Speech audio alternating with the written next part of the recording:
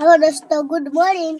ने आज છે હનુમાન જયંતિ ને પાછો આજ ગુલ્લા છે ને પછી અડે ભેખાડા દાદા જવાનું છે મારે. તો હરે હવે ભેખાડા દાદા ને નીકળી દાશે જી ને હરે સાડે અમે સાડે ભેખાડા દાદા કરીને મારા પપ્પા હીરો અરે હીરો રોક સારું કઈ રાજી જંગલ ને એવું બધું હશે ને તમે જોઈ લેજો. કોમેન્ટના લાઈક ને સબસ્ક્રાઇબ ને કરી દેજો. રસ્તો હવે તાલા આવેલું છે ને હવે અહીં ક્યાં કી ગામ આવી તો મને દેખાડું.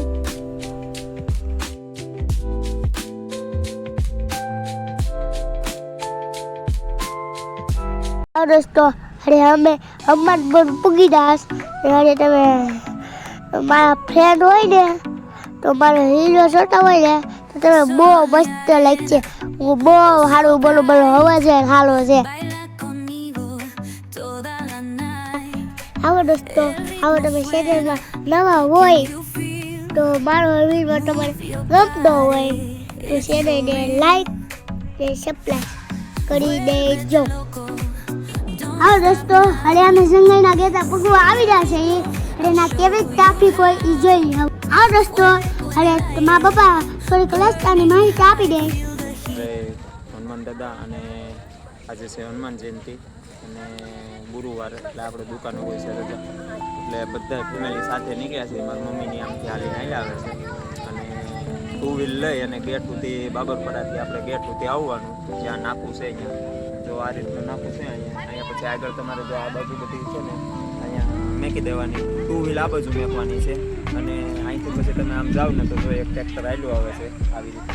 એ ટ્રેક્ટર જે આવે ને ટ્રેક્ટરમાં પછી અહીંથી વયું જવાનું અને સેવામાં બધા ટ્રેક્ટરો અહીંથી સેવામાં જ હાલે છે.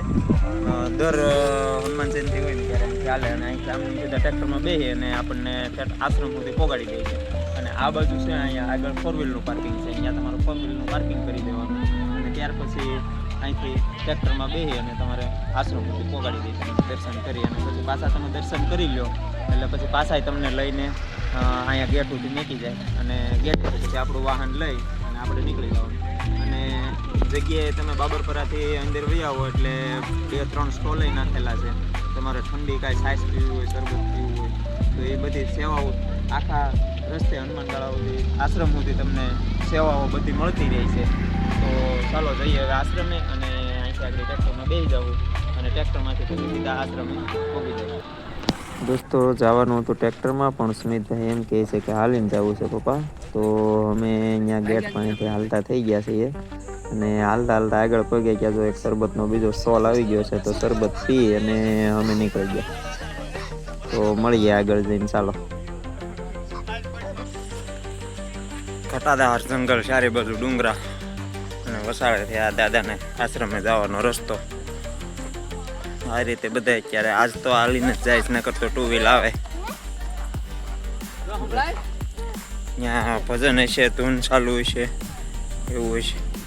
આ રીતે સારે બાજુ નીકળ્યા જંગલ જ.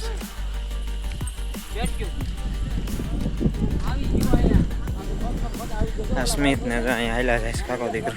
અહીંથી આમને તમે આડા દિવસે આવો ને એટલે બધે વાહન ચાલુ હોય, જવા જ દે. ટુ વ્હીલ હોય તોય જવા દે.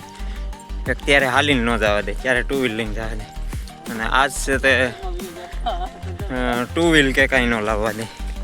એટલે ટ્રાફિકના લીધે ન લાવવા દે, બીજું તો કાંઈ નથી તકલીફ. કારણ કે એક રસ્તો રહ્યો જંગલમાં, એક જ રસ્તો રહ્યો એટલે એક જ રસ્તેથી હાલવાનું રહ્યું ટુ વ્હીલ વાહન બધા. એટલે લઈને ન આવવા દે પણ મજા આવે છે. તડકો છે તો જંગલમાં હાલવાની.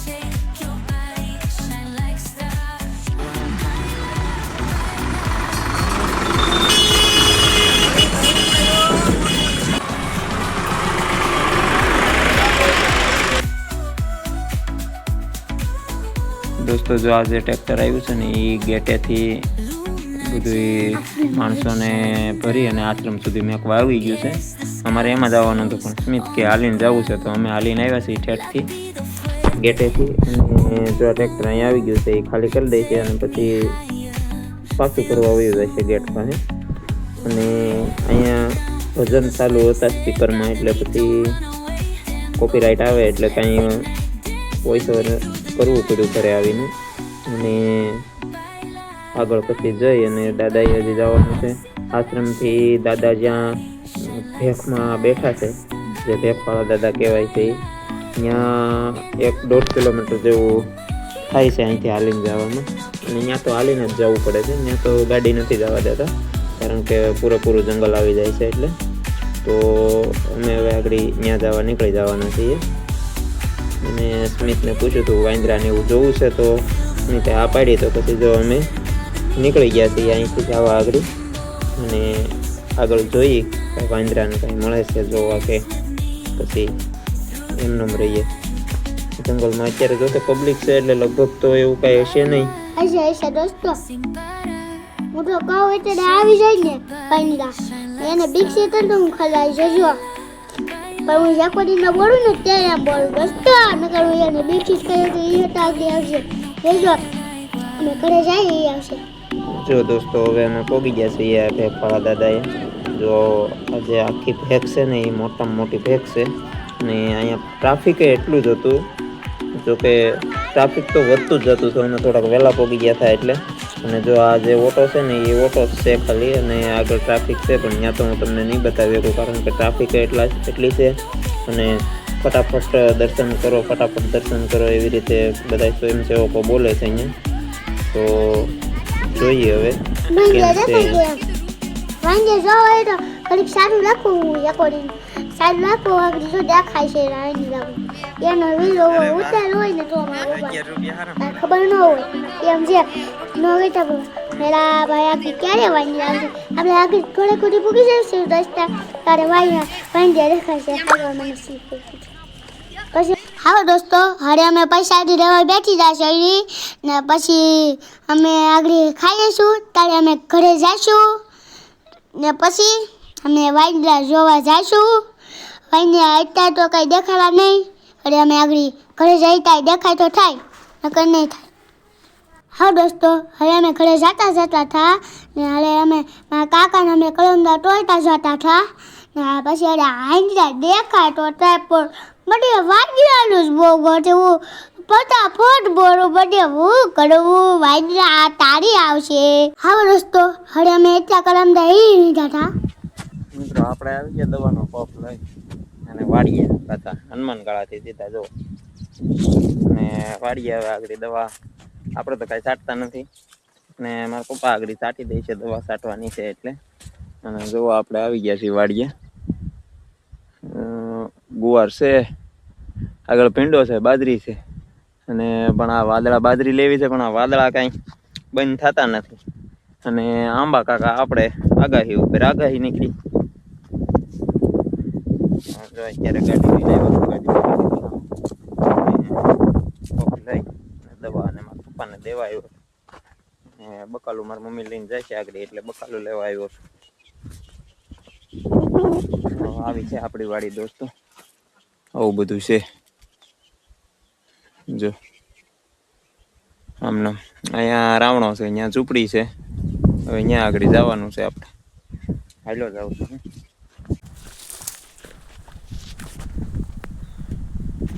મિત્રો આ બાસ્કુ લઈને હવે આપણે ઉપડી ગયા છીએ ઘરે જવા. તો આ રહી આપણી ગાડી અહીંયા, અને અહીંથી હવે નીકળશું ડાયરેક્ટ ઘરે. બાસ્કુ આખા બકાલાનું ભરેલું છે, અને કોળઈ છે, ભીંડો છે, ગુવાર છે, તુરિયા છે, બધું જો આવી રીતે બાસ્કુ આમને ભરી નાખું ખંભે લઈ. અને આપણે અહીંયા આવી ગઈ છે ગાડી, અને ગાડીમાં નાખીને હવે આગળ ડાયરેક્ટ ઘરે. જો દોસ્તો વાડીએથી ઘરે આવી ગયા. બકાલું બાસ્કુ લેવા ગયો હતો અને પપ દેવા ગયો હતો. ઘરે આવી ગયો સ્મિતને જો આખો દીકરો રમે છે બેટ દાડે. ને હનુમાન જયંતિના બ્લોગ તમને કેવો લાગ્યો છે, અને હનુમાન ગાળા તમે કોઈ જોયેલું છે, ક્યાં આવેલું છે એ કમેન્ટ કરજો મને. અને હનુમાન ગાળા છે એને ભેખવાળા દાદા કહેવાય છે, અને એનો ઇતિહાસ શું છે એ જરાક મને કોમેન્ટ કરીને કહેજો કઈ રીતનું શું છે એમ. રેડી? તો આવી જ રીતે પૂરો વ્લોગ જોઈજો, અને અત્યાર સુધી વ્લોગ જોયો હોય તો જય હનુમાન દાદા લખી દેજો. અને ચેનલમાં નવા હોય તો સબસ્ક્રાઈબ કરી દેજો અને વિડીયોને શેર કરજો. ચાલો તો મળીએ બીજા નવા વ્લોગમાં. ત્યાં પડીકું માર્યું તો ખબર છે?